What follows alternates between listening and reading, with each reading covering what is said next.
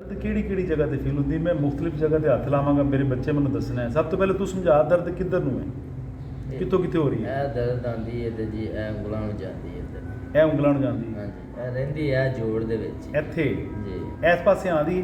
ਨਹੀਂ ਇੱਧਰ ਨਹੀਂ ਹੈ। ਜਿੱਥੇ ਮੈਂ ਹੱਥ ਆ ਰਿਹਾ ਹਾਂਜੀ ਇਹ ਦਰਦ ਹੈ? ਇਹ ਹੈ? ਹਾਂਜੀ ਇਹ ਇੱਧਰ। ਅੱਛਾ, ਹੱਥ ਨੂੰ ਮੁਕੰਮਲ ਖੋਲਣਾ।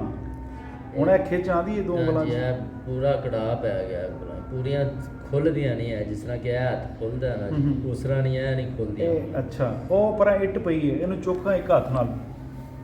ਦਰਦ ਤਾਂ ਨਹੀਂ ਹੁੰਦੀ ਚੁੱਕਿਆ? ਹਾਂਜੀ ਹਾਂ ਇਹ ਸਾਰੀ ਜੋ ਜੋੜ ਤੇ ਦਰਦ ਆ ਗਈ ਸਰ। ਚੁੱਕ। ਹਾਂ ਹਾਂ ਬਸ ਇੰਨੇ ਕੁਝ। ਅੱਛਾ, ਹੋਇਆ ਕੀ ਹੈ ਮੈਂ ਦੱਸ ਦੇਣਾ। ਇਹ ਇਸ ਜਗ੍ਹਾ ਤੋਂ ਜਿਹੜਾ ਇਹਦਾ ਜੋੜ ਹੈ ਨਾ ਉਹ ਸਟਕ ਹੋ ਗਿਆ, ਜੁੜ ਗਿਆ ਨਾਲ, ਠੁੱਕ ਗਿਆ। ਅਸੀਂ ਪੰਜਾਬੀ 'ਚ ਕਹਿੰਦੇ ਹਾਂ ਜਿਵੇਂ ਇੱਕ ਚੀਜ਼ ਦੂਸਰੀ ਚੀਜ਼ ਦੇ ਨਾਲ ਲੱਗ ਜਾਂਦੀ ਹੈ, ਅਸੀਂ ਬੜੇ ਪਿਆਰ ਨਾਲ ਮੁਹੱਬਤ ਨਾਲ 1 ਮਿੰਟ 'ਚ ਖੋਲ੍ਹ ਦਿਆਂਗੇ ਇਨਸ਼ਾਅੱਲਾ ਫਜ਼ਲ ਹੈ। ਲੇਕਿਨ ਮੈਂ ਇਸ ਟਾਈਮ ਕੋਸ਼ਿਸ਼ ਕਰੋ, ਮੈਂ ਇਸ ਮੂਡ 'ਚ ਹਾਂ ਕਿ ਤਾਂ ਕਿ ਤੁਸੀਂ ਸਿੱਖ ਲਵੋ। ਅਗਰ ਅਸੀਂ ਇਹਨੂੰ ਹੱਥ ਨੂੰ ਥੋੜ੍ਹਾ ਜਿਹਾ ਹੀ ਖੋਲ੍ਹਨੇ ਆ, ਇਹ ਜੋੜ ਨੂੰ ਅੱਲਾ ਨੇ ਜੋੜਾਂ ਦੇ ਅੰਦਰ ਨਾ ਪਲੇ ਰੱਖੀ ਹੋਈ ਹੈ। ਇਹ ਜਿਵੇਂ ਮੈਂ ਉਂਗਲੀ ਖਿੱਚਦਾ ਪਿਆ, ਅੱਲਾ ਨੇ ਹਰ ਜੋੜ 'ਚ ਪਲੇ ਰੱਖੀ ਹੈ। ਅਗਰ ਇਹ ਜੋੜ ਨੂੰ ਖੋਲ੍ਹ ਦਿੱਤਾ ਜਾਵੇ ਤਾਂ ਇਹ ਬਿਲਕੁਲ ਠੀਕ ਹੋ ਜਾਏਗਾ। ਤੁਹਾਡੇ ਸਾਹਮਣੇ 1 ਮਿੰਟ ਦਾ ਵੀ ਕੰਮ ਨਹੀਂ ਹੋਏਗਾ। ਗੌਰ ਕਰਨਾ ਹੈ, ਕੋਈ ਵੀ ਘਰ ਬੈਠ ਕੇ ਕਰ ਸਕਦਾ ਹੈ। ਜਿਹੜਾ ਮੇਰਾ ਤਰੀਕਾ ਹੈ ਉਹ ਪ੍ਰੋਫੈਸ਼ਨਲ ਤਰੀਕਾ ਹੈ, ਉਹਦੇ 'ਚ ਮਤਲਬ ਮੈਂ ਸਿੱਖਿਆ, ਮੈਂ ਉਹਨੂੰ ਸਟੱਡੀ ਕੀਤਾ।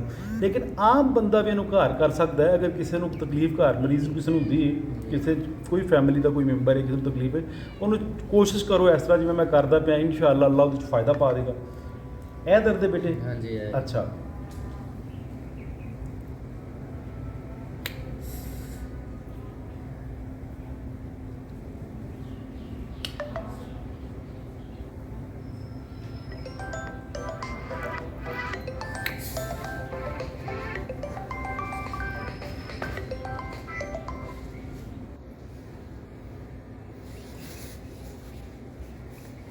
ਇਹ ਉਂਗਲੀ ਦਰਦ ਕਰਦੀ? ਜੀ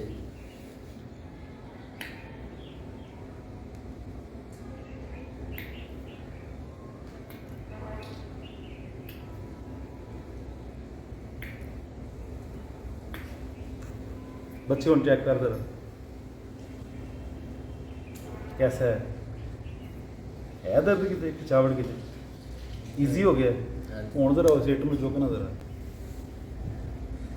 ਬਿਲਕੁਲ ਹੱਥ ਜਿਹੜਾ ਨਾ ਜੀ ਮੇਰਾ ਬਿਲਕੁਲ ਹਲਕਾ ਫੁਲਕਾ ਹੋ ਗਿਆ ਸਰ।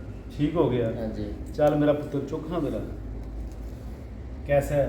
कोई दर्द है? उत्ते चुक, हिम्मत नाल चुक। कोई तकलीफ? ਨਹੀਂ दर्द जरा हाथ चंगी तरह छान छुन के चेक करना। कैमरा सर मेरे बने करना जी। आज छुट्टी सी, कोई बच्चा मेरे को आया है, ਉਹਦਾ ਹੱਥ ਠੁੱਕ ਗਿਆ। ਅਸੀਂ ਇਹਨੂੰ ਪੰਜਾਬੀ 'ਚ ਕਹਿੰਦੇ ਹੱਥ ਦਾ ਠੁੱਕ ਜਾਣਾ, ਅੰਗੂਠੇ ਦਾ, ਉਂਗਲੀ ਦਾ ਕੋਈ ਮਤਲਬ ਜ਼ੋਰ ਲੱਗ ਜਾਣਾ।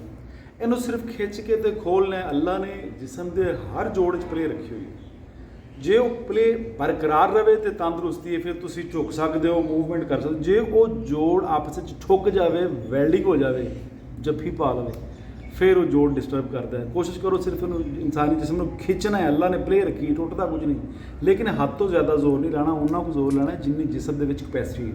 ਬਹੁਤ ਸ਼ੁਕਰੀਆ, ਇਹਨੂੰ ਸ਼ੇਅਰ ਕਰੋ ਤਾਂ ਕਿ ਦੂਸਰਿਆਂ ਦੇ ਕੰਮ ਆ ਜਾਵੇ। ਬਹੁਤ ਸ਼ੁਕਰੀਆ, ਥੈਂਕ ਯੂ, ਅਸਲਾਮ ਵਾਲੇਕੁਮ ਵਰਹਿਮਤੁਲਾਹ।